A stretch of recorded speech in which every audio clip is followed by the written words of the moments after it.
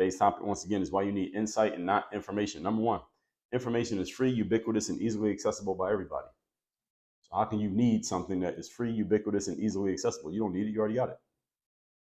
Who here thinks they need information? Most of you do not need information. You might think you need information, but you don't need information.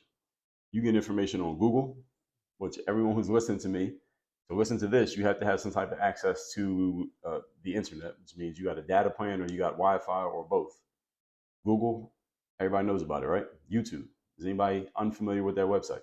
AI software, most of you know about that and have used it at least once. And at the highest cost, you can buy a book on Amazon for $20. I mean, that's probably the highest cost of information these days is the cost of a book for 20, maybe 30 bucks, hardcover. So since all this information is so easily accessible, and I just proved it to you, why do people still have challenges and problems and unsolved mysteries in their businesses and in their lives?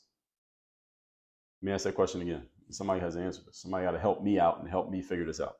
Since all this information is so easily accessible and virtually free, why do people still have challenges, problems, and unsolved mysteries in their businesses and in their lives? Because clearly, we all have access to as much information as we want, more information than we even have time to consume. So why do people still have problems? Why do people still have challenges? Why do people still have things going on that they don't even know what's going on? They wouldn't know how to fix it even if they knew about it. You got all the information. All the information is there. So why do people still have problems?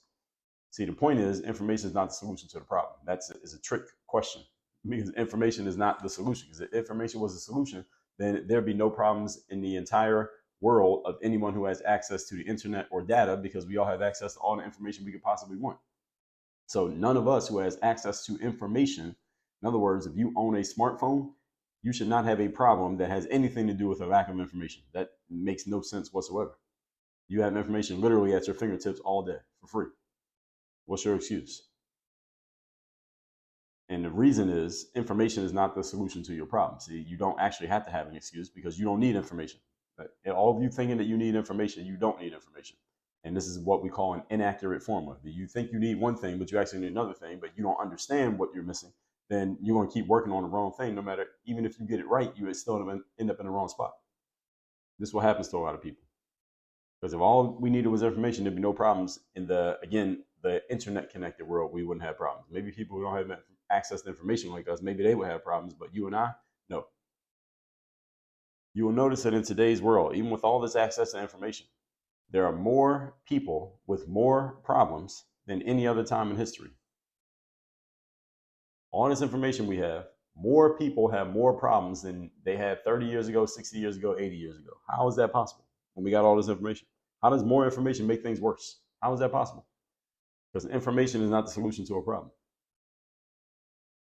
Information is not the solution to a problem. I talked about this in episode 2002.